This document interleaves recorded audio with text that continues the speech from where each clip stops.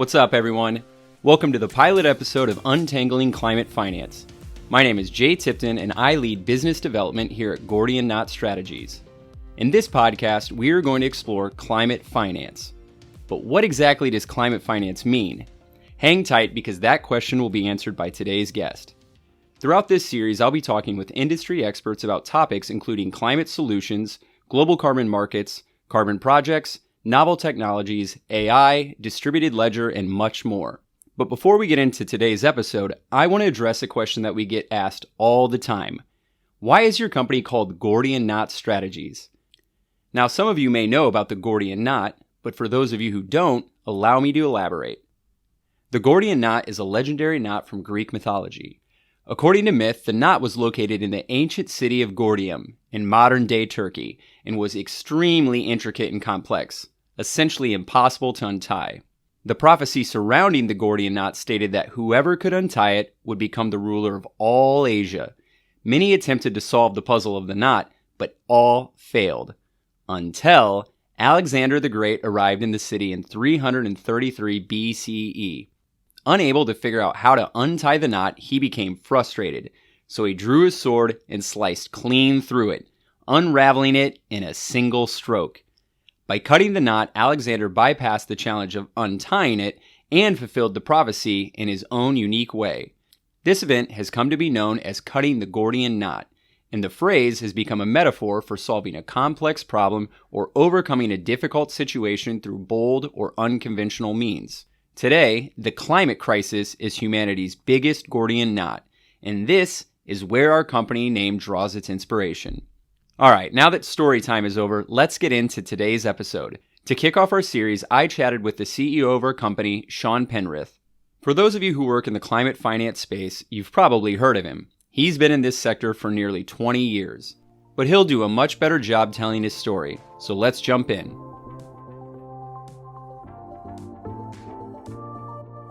Sean, welcome to the podcast episode. This is the pilot. How are you doing? Good. Thanks, Jay. Before we actually get into the interview questions, I want to quickly share the story of how you and I started working together, because I do think it's kind of coincidental given the fact that we're doing a podcast together right now about climate finance. So if you will allow, I'm going to tell the audience the origin story. Sure, go ahead. So we've been working together for about a year. And when we met, I was actually hosting another podcast that was focused on green jobs around the US, and it was called Work Green, Earn Green. In that show, I was going on a bit of a state-by-state journey to look at the regional green job opportunities for workers around the states. And when we built out the production calendar at the beginning of the series, one of the states on our list was Iowa. We obviously decided that the best topic to look at in Iowa was agriculture. And in their research, one of the producers found you so that you and I could have a discussion about soil and the challenges to soil health that have resulted from, generations of intense farming practices, not just in Iowa, but basically all over the world. And what I was also interested in was the ways that soil and ag could be financially incentivized via carbon markets to create green jobs. Prior to our interview, though, carbon pricing was something I was actually very, very interested in learning more about. So I was super looking forward to our convo. And now I've told you this in our conversations probably 100 times, but in that podcast interview, you gave me an absolute smashing masterclass about the voluntary carbon market, carbon credits, decarbonization, and the methods of soil finance. And directly after that interview, I spoke with one of the producers who was on the call, and I said, that guy was a freaking genius, and I need to work for him. So fast forward to today, and here we are. And Sean, to be honest, since then, you've given me probably 1,000 more masterclasses on various aspects of climate finance. So it only makes sense that we kick off our new podcast, Untangling Climate Finance, with you. So, listeners, Sean Penrith, the CEO of Gordian Knot Strategies. Here we are. Thank you, Jay. You're welcome.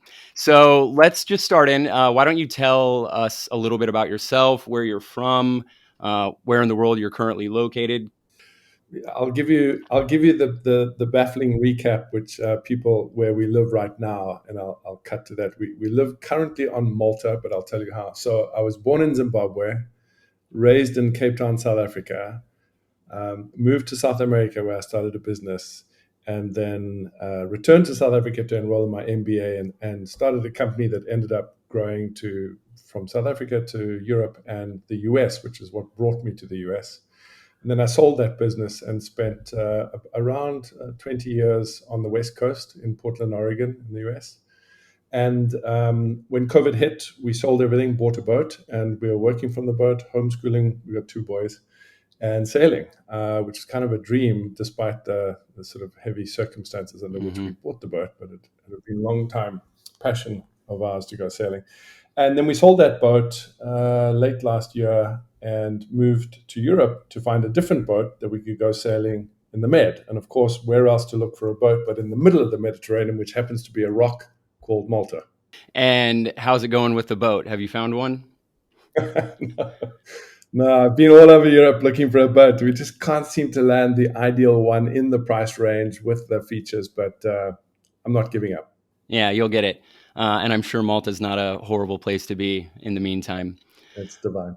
Okay, you work in climate finance and I work in climate finance with you, of course, but we're going to for sure have listeners that might not fully understand what that term is. Of course, they know climate change, but what exactly is meant by climate finance? Yeah, that's a good question.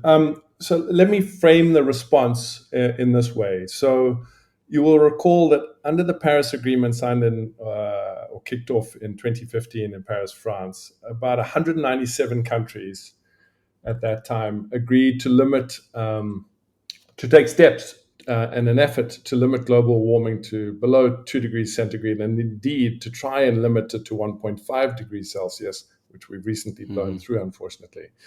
But what that meant at the time is that to meet the 1.5 degrees centigrade goal, with a probability of around 50%, we had or have a remaining carbon budget of between 400 and 800 gigatons of CO2 equivalent, carbon dioxide equivalent.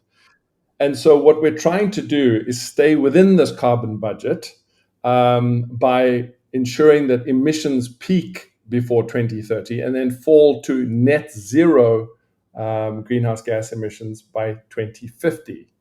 And so climate finance is the term that we use when we say to finance this transition to net zero, we need climate finance. That's what we're talking about, to get to net zero emissions by 2050. And so this can mean money that's going towards new technology that might be achieving this, or money that's going towards improving agricultural practices that might reduce greenhouse gas emissions or draw some in. Is that correct? Yeah, the way to think about it is, you have different sources of climate finance. They can be, multinational banks. They can be state-owned facilities, corporations, investment houses, and so on. They use a variety of instruments, low-cost project debt. They could use project equity, balance sheet financing, grants, program-related investments, all sorts of instruments. And they are allocated according to sort of very broad buckets. The three, what they call uses, is adaptation, so how are we adapting to a climate change. Then there's a very thin sliver, which is dual uses, which I won't go into. And then the large part of it is mitigation. And from those broad 3 buckets, you then drop into sectors, which are water use, water conservation, infrastructure, industry, land use, land change, transportation, and then systems and energy. So you've got these large sectoral buckets of activity which demand climate finance. And we need to ramp up climate finance by around 590%, which is about $630 billion per year between now and 2030, if we've got a chance of meeting our planetary objectives. Yeah. So in short summary, a lot of money, a lot of finance. Yeah. So good. That was great. I think that certainly helped kind of set the stage. And so you had said, I mean, you're an entrepreneur, you're a CEO, you have a kind of a wide range of background in terms of the businesses that you worked in different industries. And so I'm curious, if you can go a little bit more into your career background, and then what was the bridge that somehow brought you over into climate finance? Yeah, exactly. Let me touch on that. So when I sold the business, I moved to Portland, Oregon, because at the time that was the sort of the beating heart of the green economy. And I took a role in a two-person startup that was involved in energy efficiency and high performance buildings at the time. And we ended up growing to around 14 states and 50 people under that entity. And I then left and took on a role as the managing director for a software company where we were developing a climate risk software tool, which I can come back to later on. But that was fascinating to understand how capital was being used and, more importantly, how the risks of climate change were not being factored into the triple bottom line consideration. And at the time, I was the vice chair of an outfit called the Climate Trust, which is the country's oldest not-for-profit in the carbon space, and they were looking for an executive director. And so basically they asked me to step down from my vice chair role and take on the ED role, which I was very thankful for. And it was during the years at the Climate Trust that I really got heavily immersed into the whole world of carbon markets, carbon pricing mechanisms, and related policy initiatives. And while I was there, myself and the team deployed a brand new vehicle, which at the time was really innovative. It's called Climate Trust Capital. It was essentially an impact investment fund focused on voluntary and compliance carbon markets, and it was sort of cutting edge at the time because all of the returns were essentially centered on the commercialization or the sale of the credit. So there was not a real asset play at all.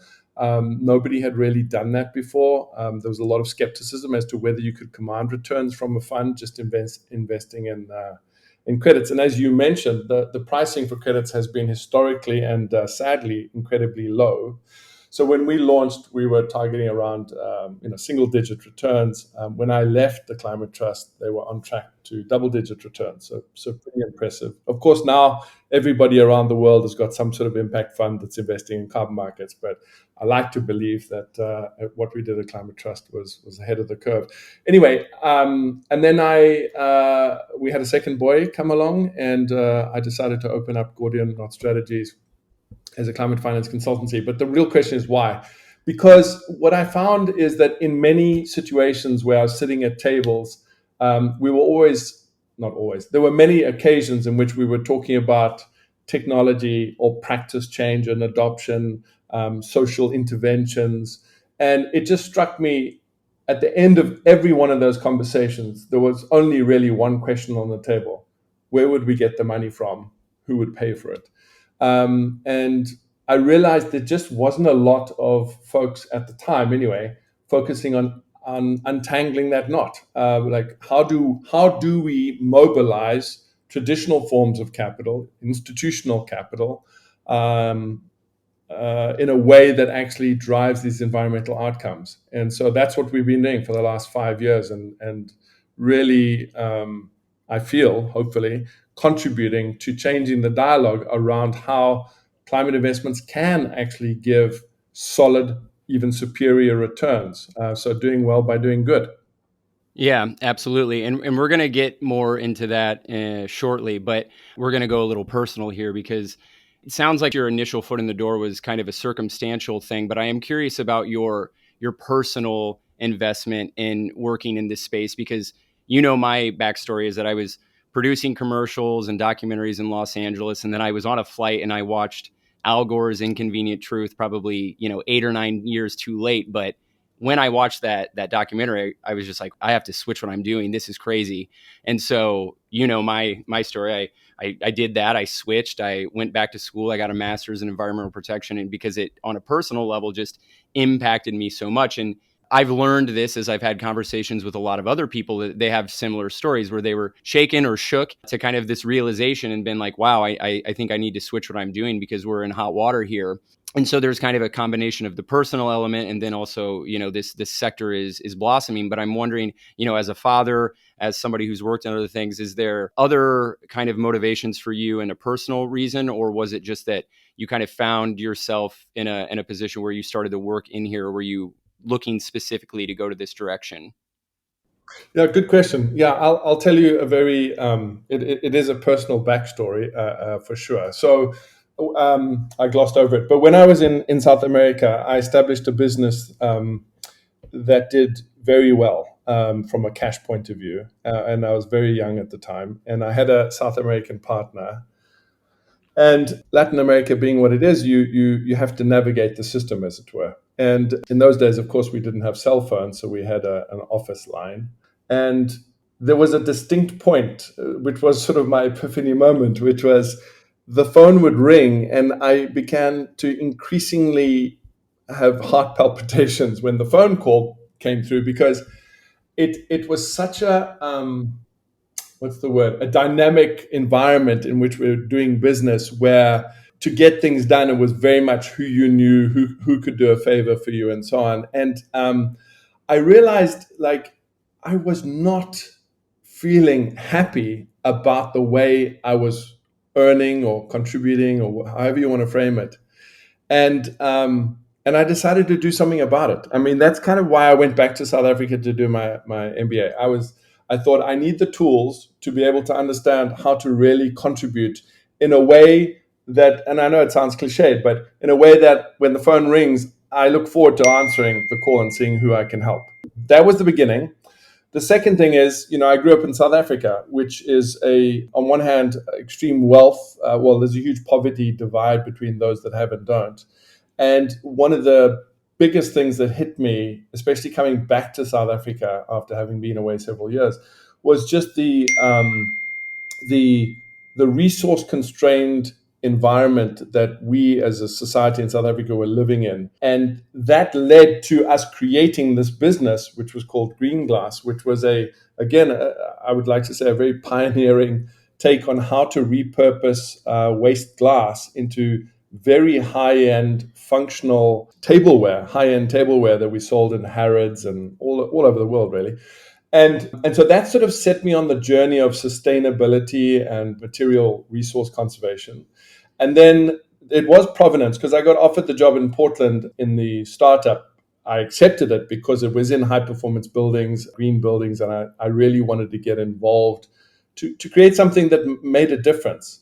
Again, yes, luckily, I was offered the position at the Climate Trust. I had been heavily interested in carbon markets, even when I was at the smaller the startup and at the software company. And so it's that quote from Rumi, if you begin on the way appears. And that's literally how it happened with me. I was very intent on creating a difference. And in fact, today at Gordian, as you know, Jay, we have 3 principles when we work with people.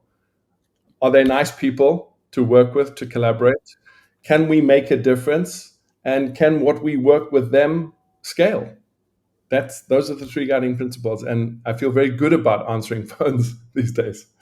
Yeah, absolutely. And so that's actually a perfect place for me to ask you more specifically about Gordian Knot Strategies. So why don't you tell me about the firm and the specific areas that you focus on there within the company? Yeah, I would say, so first of all, let me tell you who we serve. I like to divide the folks that we work with into 2 buckets, those that have money and those that need money. The people that need money are the people that are actually undertaking innovative, super important innovation on the ground, whether it's a reforestation activity or trying to develop a new carbon methodology, for example, or trying to create a new instrument in which they can acquire capital but don't quite know how to go about it.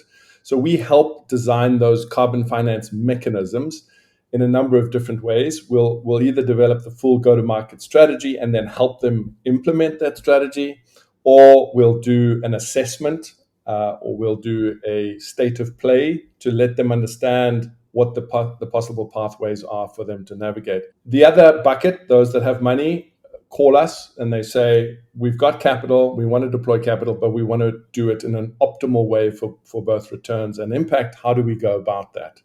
And those entities are TMOs, multinational corporations, impact investment firms, institutional investment firms, endowments, all sorts of folks that have a lot of capital that are trying to make a triple bottom line contribution.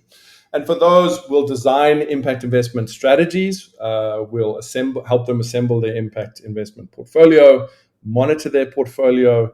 Many of I'm glad to say, out of the host of clients we've had, more than half of us have gone on to retain us on multiple occasions. So we keep getting re-engaged, which is terrific.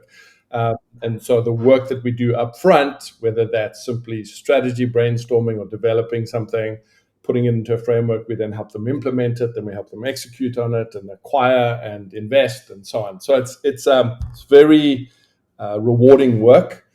And I would say that in a nutshell, what we do is either the strategy development, the assessment, we acquire tens of millions of credits on behalf of our clients, carbon credits. So that means that we help issue the request for proposals, we do the screening, we help on the due diligence, the contracting, and in some cases help the implementation. Let me stop there because I think that gives you a sense.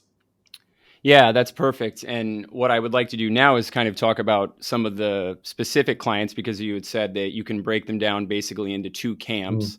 And so can you give me a couple examples? Because I know that your past client list is quite impressive. So maybe talk about some of the clients and specifically maybe some different kinds of climate finance solutions that you've utilized with those clients. Yeah. Well, let me talk about the first group. Let's see. American Forest Foundation, which is a not-for-profit, very well known in the US. They approached Gordian about 3.5 years ago, and they were interested in developing what is now known as the Family Forest Carbon Program, but at that time was really an inkling and of idea. What they wanted to do was appeal to the 60-70% of forested land ownership in the US that was held by small landowners between 50 and 150 acres apiece that had typically been locked out of the carbon market because you need some sort of economy of scale for a carbon project to make sense. And their original concept for funding this program was essentially to approach philanthropy. And while I think philanthropy has a super prominent place to play, especially when it comes to the catalytic or helping demonstrate feasibility, it is not a replicable or scalable financing mechanism. And so when they first spoke to us, I just said, well, I don't think that's going to work. And they said, well, what will work? And that commenced the engagement with Gordian. And they were like, okay, well, you help us solve this intractable problem. Yeah. And that culminated last year in them issuing the first ever green bond that was backed by the sale of verified carbon credits to multinational corporations through forward offtake agreements. And that had been the green bond sort of trail has been my quest, if you will, for the last decade. I find it amazingly appealing that you've got a low-cost debt instrument that offers patient capital if you can arrange or marshal the resources in a way in your favor. Because if you think about it, the bond market is massive. Yeah. People are interested in investing in bonds for solid, stable returns, and if we can tap into that, we've got a real spigot of capital. Anyway, so the issuance of the green bond under the American Forest Foundation program, the Family Forest Carbon Program, was like a huge first, and I was happy to work with the team on issuing that. And I think it's going to pave the way for others. In fact, we're talking to other clients now who do want to do exactly that same thing, just on a much larger scale. Another client is an endowment, and I'll just leave their name at that. But anyway, this particular endowment, fairly large assets under management, really wanted to understand what the opportunity space was for impact investing. So we did a landscape assessment, then we designed an impact investing strategy for them. Then they engaged us and they said, here's X number of $1 million, quite a lot. Can you help us put this to work? So we're currently engaged in that right now, which is really, really interesting. Another client is American Forests, AF, not to be confused with AFF. And I mention them because they have another very interesting program, which is Reforest America. And they wanted to figure out how they could arrange or develop a mechanism by which they could fund reforestation efforts using carbon markets. And very quickly, it is difficult to do that because you have to wait for a tree to grow before you can verify that there's a carbon credit there. And the challenge is for reforestation, you need the money today, not in 15 years. Right. And so working with that team and with one of the larger carbon credit standards, we integrated what is now known as the projected carbon unit from Verra, which is essentially a proxy unit to sell a sort of an IOU for the carbon mitigation that's coming in the future, but allows you to transact it today, get paid today, and turn that IOU into a verified credit later down the line. So that was really innovative. I really enjoyed working on that. And the last one I'll say is a very large, another interesting engagement, multinational mining company that has very ambitious goals to reach carbon neutrality goals. We're helping them not only procure high quality, high integrity credits, but also design and develop a program in which carbon projects can be developed on their natural assets that they own to largely benefit the communities in those regions. So a lot of social uplift aspect, along with creating a carbon portfolio that they own specifically, and then of course appealing to the carbon market. I'll stop there, Jay, because there's a couple of other instruments that I can talk about. No, that was great. I think that gave us a nice breadth of what you've worked on and clients in various different aspects that you've been able to help. My next question, I think, is about anybody who pays attention to this space, climate finance, voluntary carbon markets, compliance markets, is noticing that things are moving very quick, especially in the last couple of years. There always seems to be new groups or countries or companies that are facilitating or implementing new regulations for carbon, or there's some partnership that's going to create a bond that's going to go to fund certain projects or certain restoration activities. And so you and I are always sharing updates with each other, and sometimes it almost feels like a race. Like literally even this morning, I registered for a Silvera webinar, and then a minute later you forwarded me the update and said, hey, check this out. And so we're paying attention, but I'm curious how you are staying up to date with all of this fast moving information that's coming through and the latest developments and advancements that kind of encompass climate finance. What are your go-to methods to stay very in the now? Because you always know what's going on, and I always find it pretty impressive. I actually I don't have a whiz-bang secret to share. I only have two instruments by which I keep up to date. The one is very pedestrian. About 7 years ago, I think it was when Google first came out with their alert system, which you're familiar with. I set an alert for climate finance, and over the years have tweaked that a little bit to get exactly what I want. But as a result, I get an email digest every single morning with elements, that news, updates, releases, and so on, that relate to climate finance. And I read ferociously through everything. So that has been, and what I've liked about that, of course, I mean, you and I, we subscribe to, quantum intelligence, and we read Carbon Pulse and all that. What I like about the Google Alert is it's so wide and expansive. In other words, it takes me into other sectors and areas of thinking that are not within our immediate network. So I find a lot of value in that.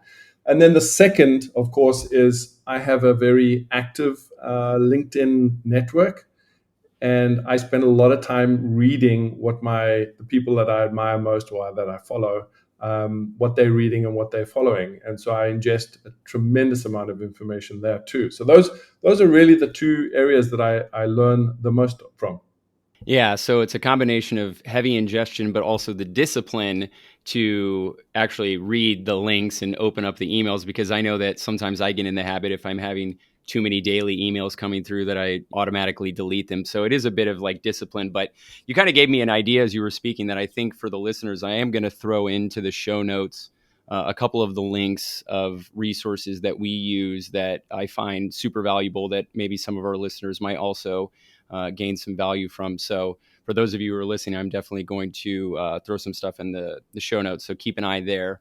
And then my last question for you, Sean, because we're running out of time, but when we're looking towards the future and we're thinking about climate finance evolving, which it is, I'm curious what you see as interesting technologies that are emerging or various financial mechanisms, either or initiatives that are coming from governments or coalitions that particularly excite you. So what do you see that's coming down the pipeline that has got your attention? Yeah, I think there's three areas there. I'll begin with the first one. I don't know whether to say it's exciting that it's coming down the highway. I'm going to point this out as a pressing need, and that is we in the climate solutions space writ large struggle to access mainstream capital for one reason only, and that is because of perceived risk, which is understandable.